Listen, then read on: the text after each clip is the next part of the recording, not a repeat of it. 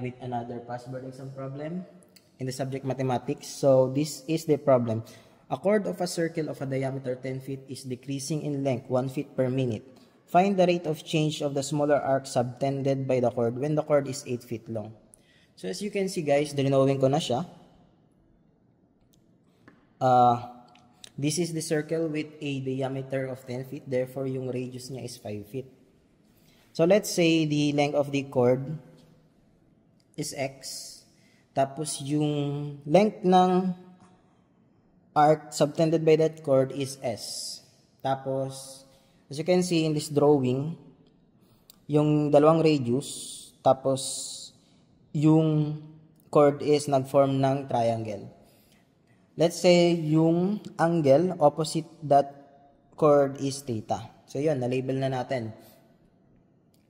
Now, sabi dito sa problem, a chord of a circle of a diameter 10 feet is decreasing in length 1 feet per minute.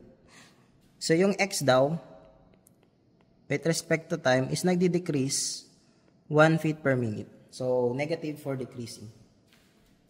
Now, ang pinapahanap dito, find the rate of change of the smaller arc subtended by the chord when the chord is 8 feet long. So hanapin natin yung ds over dt when x is equal to 8. So to solve this problem, let's recall the formula for the cosine law since may triangle dito na involved sa drawing natin. So yung cosine law, a squared is equal to b squared plus c squared minus 2bc cosine theta. Where yung a dito is the side length opposite to the angle theta. So in this drawing, yung a natin is x squared. Tapos yung b tapos c natin is 5. 5 squared plus 5 squared minus 2 times 5 times 5 cosine theta. So let's solve 5 squared plus 5 squared, 25 plus 25, 50. Minus 2 times 5 times 5, 50 cosine theta. So meron na tayong equation na to. So let's differentiate this equation with respect to t. So it will become 2x dx over dt. Tapos ito 0 na since constant. Tapos ano yung derivative ng negative cosine theta with respect to t? That is sine theta. So this is equal to 50 sine theta d theta over dt. So for now, wala pa tayong value for our theta.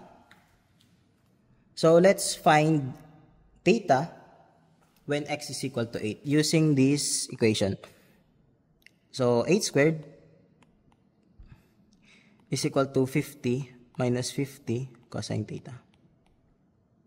So yun, using our calculator, take note, dapat naka-radians tayo.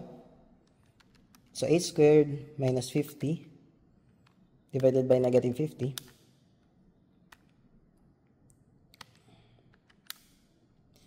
So that is 1.85. For now, let's store this to the variable a. So yun, theta is equal to a. Lagay muna natin dyan. Now, pwede na natin isolve yung d theta over dt. So d theta over dt is equal to 2x dx over dt all over 50 sine. Sabi dito, theta is equal to a. So yun, using our calculator, yung x natin is 8, tapos, di ba yung dx over dt natin is negative 1. Tapos, divided by 50 sine a.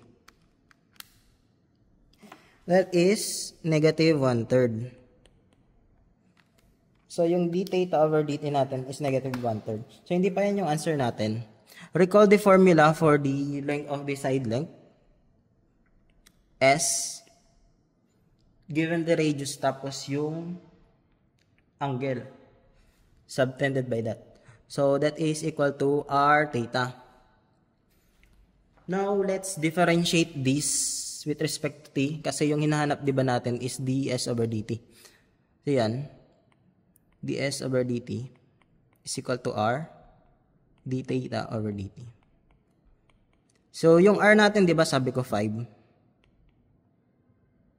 Tapos yung d theta over dt natin is negative 1/3. So this is equal to negative 5 over 3.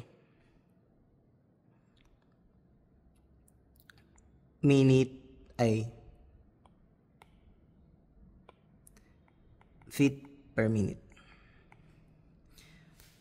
Now, yung answer natin dito is negative 5 over 3 feet per minute.